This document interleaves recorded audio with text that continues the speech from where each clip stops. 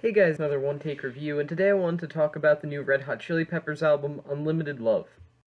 Unlimited Love is the latest album from funky rock legends Red Hot Chili Peppers, who have been kind of going in a more and more pop rock kind of direction, alternative rock kind of direction, ever since 1999's Californication, and have just embraced that sound more and more with each new release.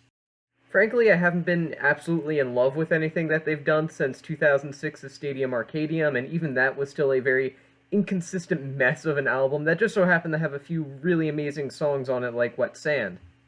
As you might expect, I did not have the highest expectations for Unlimited Love. First and foremost, Anthony Kiedis as a vocalist has deteriorated immensely over the years.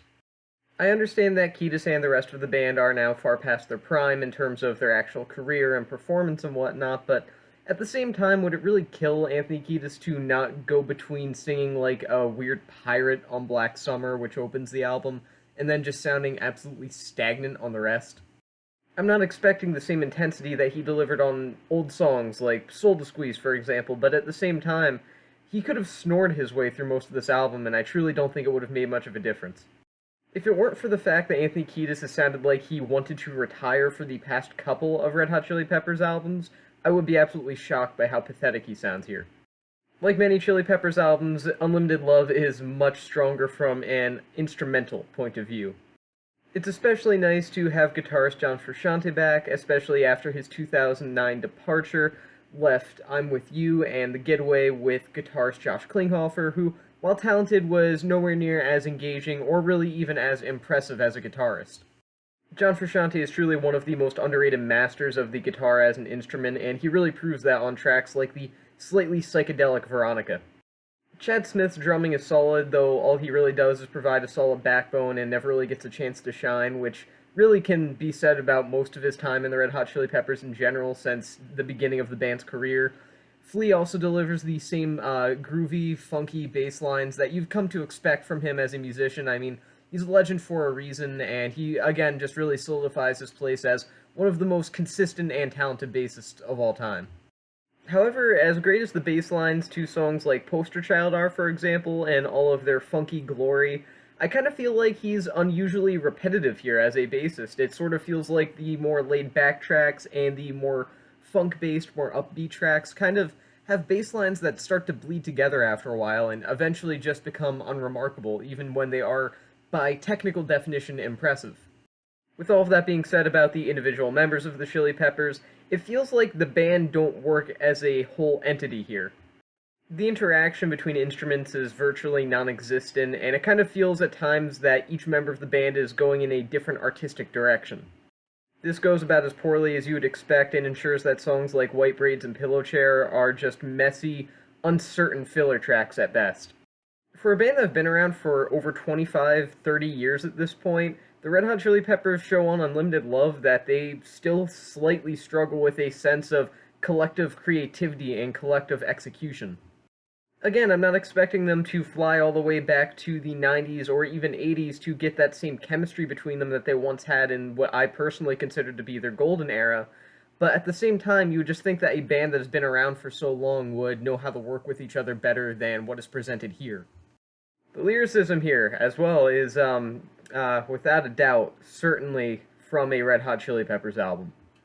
A lot of the songwriting is just ridiculous, absolutely absurd, and it makes no sense, which is, it's nothing particularly new for the band ever since they, especially since they transitioned from party rock, funk, rap rock band to more of a self-serious alternative rock band.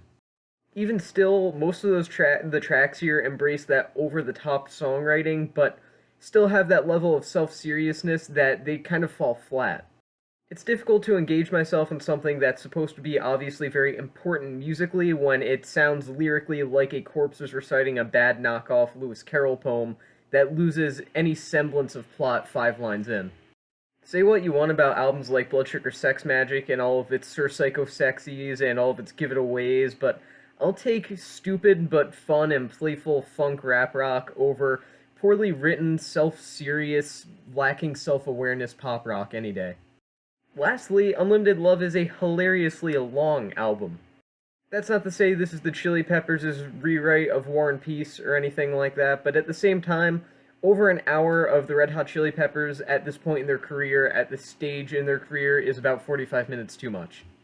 If you were to take away the best tracks from this album, I mean the best of the best, which are good at most, you could maybe get a solid EP out of this. Instead, this is about an hour and 10, 15 minutes of songs that can easily be categorized into three separate categories. The first are the flavorless and more laid back, standard, basic alternative rock tracks that obviously are trying to live up or build up to the reputation of albums like By the Way, but completely fail to do so. The second are the overdramatic but ultimately ineffective attempts at making something very anthemic, and it just feels kind of bland and flat overall. That isn't to mention that most of the tracks here, but particularly those overdramatic tracks, start recycling chord progressions and general ideas and concepts before the record even hits its halfway point. Third and finally, there's the funkier, more enjoyable, but still not great tracks that, although not the best in their catalog or even the best of their work in recent years, feel like the absolute ingenious work that they made in the 90s compared to the other two categories. The way that Unlimited Love manages to set a fairly low bar for its quality, completely fail to hit that bar, and then drag out bland, insipid, boring, overdone ideas for over an hour is almost impressive if it weren't so annoying to listen to. Overall, I have a very limited love for Unlimited Love.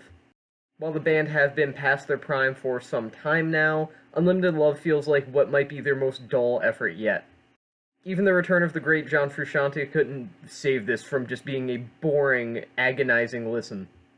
And as I listen to this mediocrity and this poor excuse of a record, I can't help but think that maybe By the Way or Stadium Arcadium would have been the perfect time for the Chili Peppers to just, throw in the towel. They didn't have to disgrace their name as much as they have with this record and The Getaway, especially The Getaway.